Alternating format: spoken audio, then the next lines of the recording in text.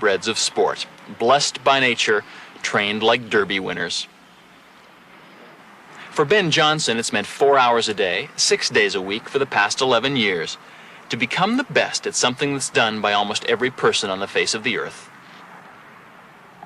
It is probably the single most selective of all sports. It's the most competitive single human endeavor. And additionally, it is purely physical.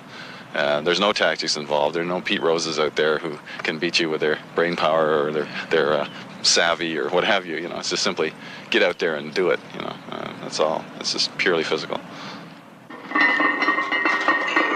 But running itself may not be the hardest part. Ben Johnson can bench press over 400 pounds, about 2.5 times his own weight. Push, push, push, push, push. The power generated by these arms is one of the factors that has made him the ultimate running machine. In fact, Johnson is helping to turn the art of running into a science. At the University of Ottawa, Gordon Robertson, a professor of biomechanics, uses computers to digitize Johnson's movements, to measure the velocities and accelerations of muscles in motion. We're still learning from the athletes how people move. It won't be long before we'll be able to tell them how they should move. When you analyze a single stride of Ben Johnson sprinting, what do you learn? When he picks up his leg from the ground, his foot is moving at close to zero velocity. But when it passes underneath his leg, it's going at 80 kilometers per hour. To do that, he uses 3,500 watts of power in the muscles that drive up the knee. What that means is that with every stride, Johnson could generate enough electricity to light up a city block. Science may eventually improve what nature provides, but sprinters are born, not made. Even as a 90-pound adolescent, Ben Johnson had the two main prerequisites: lightning reactions and what they call high-twitch muscle fibers, fibers which produce huge amounts of power very quickly. The statistics defy imagination. Johnson, here out in front, covers about 36 feet, almost 10 meters, every second. At top speed, he's going 43 kilometers per hour. Jeff Gowan is the head of the Coaching Association of Canada. These men are striding at around 4.5 strides a second, and they spend 50 to 60% of that time in the air. Now, every time you're in the air, between strides, so to speak, or between ground contacts, you are actually losing speed.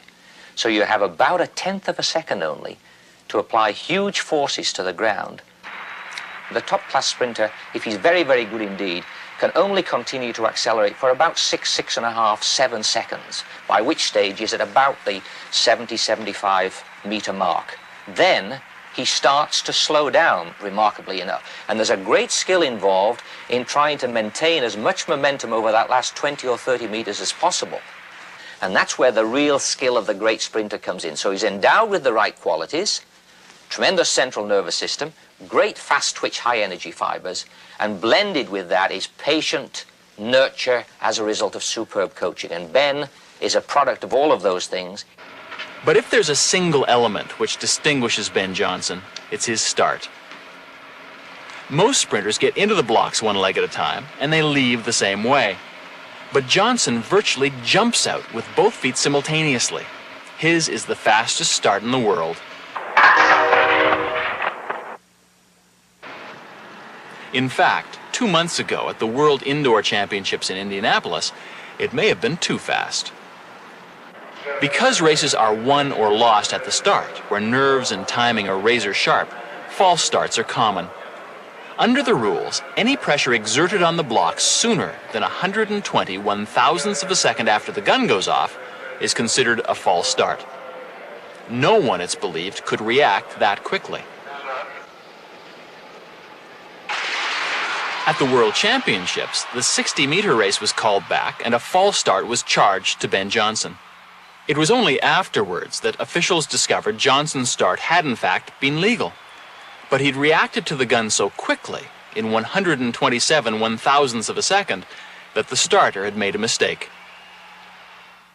So he's only 7 one-thousandths of a second away from having an illegal start when he is likely turning on his muscles after the gun is fired. But His he's reactions are so fast. fast. That's right. His reactions are so fast, he's going to break the standard, and he'll be called every race.